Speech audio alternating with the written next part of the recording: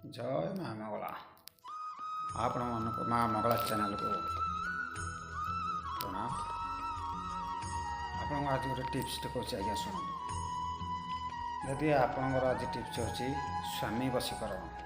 ଯଦି ଆପଣମାନଙ୍କର ସ୍ୱାମୀ ଆପଣଙ୍କ କଥା ମାନୁନାହିଁ, ପ୍ରତି କଥାରେ ମାନେ ଛୋଟ ଛୋଟ କଥାକୁ ନେଇକି ଝଗଡ଼ା କରୁଛନ୍ତି, କିମ୍ବା ଆପଣ ଶୁଣିବାକୁ ପାଉଛନ୍ତି ମୋ ସ୍ୱାମୀ ପର ଝିଅ କି ପର ବୋହୂ ସାଙ୍ଗରେ ସମ୍ପର୍କ ରଖିଛନ୍ତି, କିମ୍ବା ମଦ ପିଇକି ଆପଣଙ୍କ ସ୍ୱାମୀକୁ ମାଡ଼ପିଟ କରୁଛନ୍ତି, ତାହେଲେ ଆପଣମାନେ ସେଇଠି ସବୁ କ୍ଷେତ୍ରରେ ହରାସ ହୋଇଗଲେ।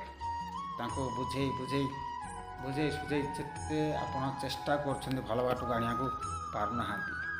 ଆପଣମାନଙ୍କୁ ମୁଁ କହୁଛି, ଆପଣମାନେ ଯେଉଁ ଭିଡ଼ିଓ ଦେଖୁଥିବେ କି ଯେଉଁ କଥା ଭାବୁଥିବେ, ଏହି ଭିଡ଼ିଓ ଦେଖନ୍ତୁ। ଆପଣମାନଙ୍କର ଘର ପରିବାର କି ଆପଣଙ୍କର ସ୍ୱାମୀ ଯଦି ଅବାଟରେ ଚାଲିଯାଇଥିବ, ଆପଣଙ୍କର ସ୍ୱାମୀ କି ବାଟକୁ ଆଣିବାର ତରିକା। ଆପଣମାନେ କୌଣସି ଗୁଣିଆ କି କୌଣସି ବିଧିବିଧାନ କି କୌଣସି କାହା ପାଖରେ ଯାଇକି ହାତ ପକାନ୍ତୁ ନାହିଁ। ଆପଣଙ୍କର ସ୍ୱାମୀକି ବାଟକୁ ଆଣିବାକୁ ଆପଣଙ୍କ ପାଖରେ ମା ମଙ୍ଗଳା ଚ୍ୟାନେଲ ଆପଣଙ୍କ ସେବାରେ।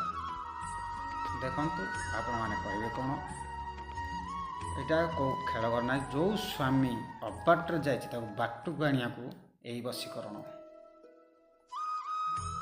ଆପଣମାନେ କରିବେ କ'ଣ, ଆପଣ ସବୁ କାମ ସାରି ସାରିଲା ପରେ, ଆପଣଙ୍କର ଯେଉଁ ଘର କାମ ଅଛି, ଘର କାମ ପ୍ରତି କାମ ସାରି ସାରିଲା ପରେ ଯେତେବେଳେ ଆପଣ ଶୋଇବାକୁ ଯାଉଛନ୍ତି, କିଛି ଖାଦ୍ୟ ଜିନିଷ ଆପଣଙ୍କ ପଣତ କାନରେ ବାନ୍ଧି ଦିଅନ୍ତୁ। ପଣତ କାନରେ ବାନ୍ଧିକି ଶୋଇଯାଆନ୍ତୁ। ସକାଳୁ ଉଠିଲା ମାନେ ସେଇ ଜିନିଷଟିକି କାଉକୁ ଦେଇ ଦିଅନ୍ତୁ ଖାଇବାକୁ। ଯେଉଁ ଆପଣଙ୍କର ଘର ସାମ୍ନାରେ ଆପଣ କାଉକୁ ଖାଇବାକୁ ଦେଇ ଦିଅନ୍ତୁ। ଦେଖିବେ 21 ଦିନ କରନ୍ତୁ, ଦେଖିବେ ଆପଣଙ୍କର ଫଳାଫଳ ନିଶ୍ଚୟ ଆପଣ ଜାଣିପାରିବେ।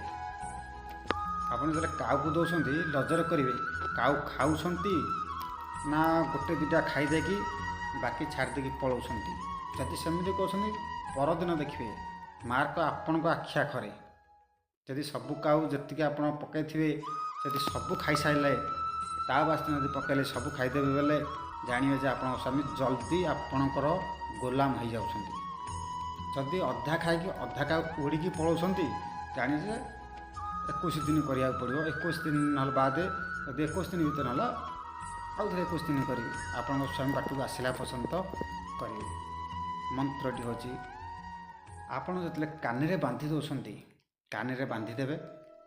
ଯେଉଁଟା ବି ହେଉ, ମୁଢ଼ି ହେଉ କି ସେ ଲିଆ ହେଉ କି ବିସ୍କୁଟ୍ ହେଉ କି ଯେଉଁଟା ବି ମଧ୍ୟ ହେଉ, ଖାଦ୍ୟ ଜିନିଷ ଆପଣ କାନରେ ବାନ୍ଧିଲା ପରେ ସବୁ କାମ ସାରିବେ। ନିରନ୍ତରରେ ମାଆକୁ ଟିକେ ଧ୍ୟାନ କରିବେ।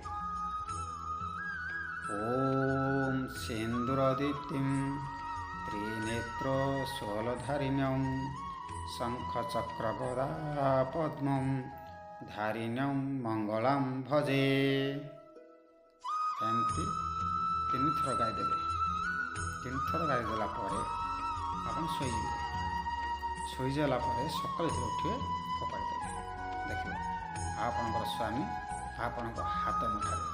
ଯଦି ଆପଣମାନେ ଚ୍ୟାନେଲକୁ ଫାର୍ଷ୍ଟ ଟାଇମ୍ ଆସିଥିବେ, ତାହେଲେ ଲାଇକ୍ ସବସ୍କ୍ରାଇବ୍ କରିଦେବେ। ଆଉ କମେଣ୍ଟରେ କହିବେ ଆପଣଙ୍କର କାମ କେତେ ଦୂର ଯାଉଛି, ଆପଣମାନେ କମେଣ୍ଟରେ କହିଦେବେ।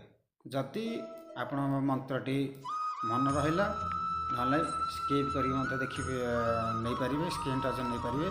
ନହେଲେ ମୁଁ ଟିଭି ସ୍କ୍ରିନ୍ରେ ମଧ୍ୟ ମୁଁ ଶୋ କରିଦେଉଛି ମନ୍ତ୍ରଟି। ଆପଣମାନେ ନିଶ୍ଚୟ ଦେଖିବେ, କରନ୍ତୁ, ଫଳାଫଳ ଆପଣମାନେ ନିଶ୍ଚୟ ପାଇବେ। ଜୟ ମା ମଙ୍ଗଳା, ଜୟ ମା ମଙ୍ଗଳା।